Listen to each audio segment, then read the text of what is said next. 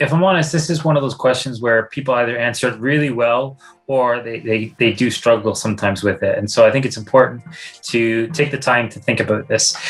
We've listed it, date, deliverable, outcome in sort of like an Excel spreadsheet type of format, but it might be easier to think of it like a calendar. If you were going to put dates into your calendar to remember, then whether that be training, whether that be delivering different activities, time to do the evaluation, think about it that way and put it into this spreadsheet like that.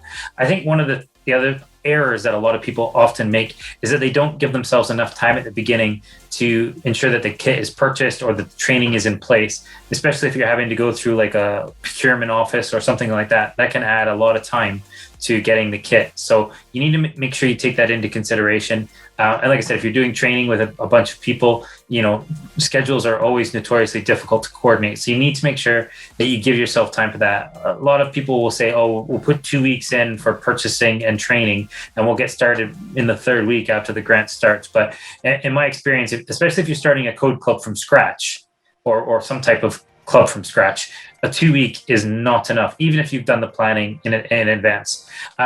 So the other thing that's important to note is that the project delivery timeline for this grant cycle is from the 1st of July 2021 to the 30th of June 2022. So anything that's in this calendar should be between those dates, and you really shouldn't start anything before that because funding won't be confirmed before that.